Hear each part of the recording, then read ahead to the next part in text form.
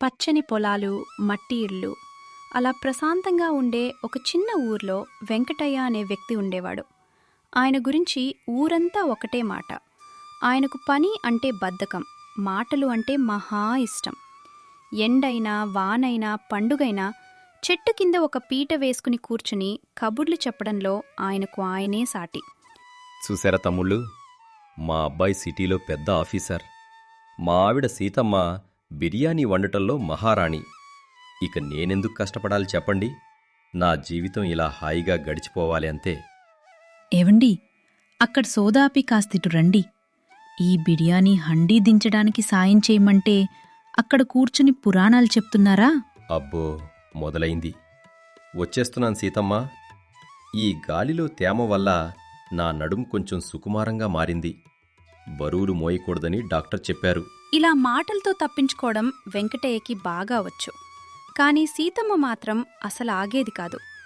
ఆమె తెల్లవారుజామునే లేచి హోటల్ పన్ను చూసుకోవాలి, బిర్యానీ వండాలి, కస్టమర్లను చూసుకోవాలి.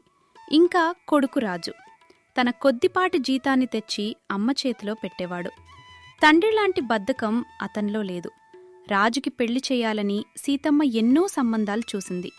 కాని రాజు తక్కువ జీతం చూసి ఎవరూ ముందుకు వచ్చేవారు కాదు. ఒకరోజు సీతమ్మ తన భర్తతో కలిసి ఒక బంధువుల పెళ్లికి వెళ్ళింది. అక్కడ ఆమెకు ఒక అమ్మాయి కనిపించింది. పెళ్లి భోజనశాలలో అందరూ వరుసగా కూర్చొని తింటున్నారు. పెద్ద పెద్ద గిన్నెల్లో బిర్యానీ వడ్డిస్తున్నారు. ఆ గందరగోళంలో సీతమ్మ చూపు ఒక్కసారిగా ఒక టేబుల్ మీద ఆగిపోయింది. ఏవండి, అటు చూడండి. ఆ అమ్మాయి ఎవరో కాని ముందు ఒక కొండంత బిర్యానీ పెట్టుకుంది. ఏంటి, ఒక్కతే తినేస్తుందా? బాబోయ్, ఆ వేగేంటి సీతమ్మా? 10 నిమిషాల్లో 10 కిలోల బిర్యానీ ఖాళీ చేసేసింది. ఆఖరికి గిన్నెలో పుదీనా ఆకు కూడా వదల్లేదు. సీతమ్మ మొదట భయపడింది. ఇంత తినే అమ్మాయి మన ఇంట్లోకొస్తే ఎలా అని ఆలోచించింది. కాని వెంకటయ్య మాత్రం మరోలా ఆలోచిస్తున్నాడు. అతని కళ్లల్లో ఒక్కసారిగా ఒక ప్లాన్ మెరిసింది. సీతమ్మ, ఆలోచించు. మన రాజుకి ఎవరూ పిల్లనివ్వడం లేదు. ఈ అమ్మాయికి తిండి మీదున్న శ్రద్ధ పనిమీద కూడా ఉంటుంది. మన హోటల్కి కోడలు వస్తే బరువులు మోస్తుంది, బిర్యానీ అండాలు కడుగుతుంది, మనకి సాయంగా ఉంటుంది. అవునండి, మీరు చెప్పింది నిజమే. తిండి మీద ఇంత శ్రద్ధ ఉంటే పనిమీద కూడా ఉంటుంది కదా. వెంకటయ్య మాటలు సీతమ్మ మనసులో మోగాయి. రాజు భవిష్యత్తు, ఇంటి పరిస్థితి, హోటల్ పనులు అన్నీ గుర్తొచ్చాయి. చివరికి వెంకటయ్య మాటలు నమ్మి రాజుకి, సిరికి ఘనంగా పెళ్లి జరిగింది. సీతమ్మ సిరిని కోడలిగా ఇంటికి తెచ్చుకుంది. పెళ్లి తర్వాత ఇంటి వాతావరణం కొంచెం మారింది. కాని సీతమ్మ కష్టాల్లో మాత్రం మార్పులేదు. ఆమె రోజూ తెల్లవారుజామునే లేచి హోటల్ కోసం 20 కిలోల దమ్ బిర్యానీ వండిపెట్టి కూరగాయల కోసం మార్కెట్కి వెళ్ళేది. పెద్ద గిన్నెలో వేడిగా ఉడుకుతున్న బిర్యానీ వాసన మొత్తం ఇంటిని పరిచేసేది. అదే అదునుగా సిరిడంగంలోకి దిగేది. ఆహా, అత్తయ్య వండిన బిర్యానీ వాసన గుమగుమలాడుతోంది. 20 కిలోలే కదా, ఇది నాకు జుజూబి. మొదలు పెడదాం. గిన్నె మూత తీసిన క్షణం నుంచి సిరి ఆగేది కాదు. ఒక ప్లేట్, ఇంకో ప్లేట్, చివరికి గిన్నెలో కనిపించేది కేవలం ఖాళీ అడుగే. ఇక మార్కెట్ నుంచి సీతమ్మ వచ్చేసరికి నిద్రలేచిన వెంకటయ్య హోటల్కి కస్టమర్లను పిలిచేవాడు. రండి బాబు రండి, మా సీతమ్మ చేతి బిర్యానీ తింటే వదలరు. ఏం బాబు, ఒక ప్లేట్ చికెన్ బిర్యానీ కావాలా? వెంకటయ్య గిన్నె మూత తీశాడు. ఏంటిది, గిన్నె ఖాళీగా ఉంది. సీతమ్మా, బిర్యానీ ఏది? గాల్లో కలిసిపోయిందా ఏంటి? ఏంటి వెంకటయ్య గారు, గంట నుంచి లైన్లో ఉంటే బిర్యానీ లేదు అంటారా? మమ్మల్ని ఎగతాళి చేస్తున్నారా? కస్టమర్లు కోపంతో వెళ్ళిపోయారు. వెంకటయ్య మొహం చూసి సీతమ్మకి కూడా ఆశ్చర్యమే. కాని ఇది ఒక్కరోజు విషయం కాదు. రోజులు గడుస్తున్నా ఇదే తంతు. హోటల్కొచ్చే బిర్యానీ కస్టమర్ కడుపులోకి కాకుండా కోడల్ సిరి కడుపులోకి వెళ్ళిపోయేది. ఖర్చులు పెరుగుతున్నాయి, ఆదాయం మాత్రం సున్నా. రాజు ఆఫీస్ నుంచి వచ్చి లెక్కలు చూసి తలపట్టుకున్నాడు. అమ్మా, ఇదేం అన్యాయం? చికెన్కి, రైస్కి 1000 రూపాయలు ఖర్చు చేస్తున్నాం. కానీ గల్లా పెట్టెలో ఒక్క రూపాయి కూడా లేదు. మన హోటల్ మునిగిపోతోంది.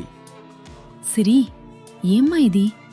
కస్టమర్ల కోసం వండిన బిర్యానీ అంతా నువ్వే తినేస్తే మేమెలా బతకాలి? అత్తయ్య గారు, నేను ముందే చెప్పాను కదా, నాకు బిర్యానీ అంటే పిచ్చి. ఏదైనా 20 కిలోలు ఉంటేనే తింటాను, లేదంటే అసలు తినను. మీరు కరెక్ట్గా 20 కిలోలే వండుతున్నారు. నా కంట్రోల్ తప్పుతోంది. ఇంటి వాతావరణం భారంగా మారింది. ఏమి చెయ్యాలో ఎవరికీ అర్థం కాలేదు. అదే సమయంలో పక్క ఊర్లో ఉన్న జమీందార్ గారి కోట్లో మాత్రం మరో ప్లాన్ సిద్ధమవుతుంది. ఈ ఊర్లో ఎవ్వరూ అంత బిర్యానీ తినలేరు. 20 కిలోలంటే సరదా కాదు. పోటీ పెట్టిస్తే జనాలు గుంపులుగా వస్తారు. మన కోట పేరు దేశమంతా వినిపిస్తుంది. చివరికి బహుమతి డబ్బు కూడా మన దగ్గరే సేఫ్. అవునయ్యా, మీ తెలివికి సాటి ఎవరు?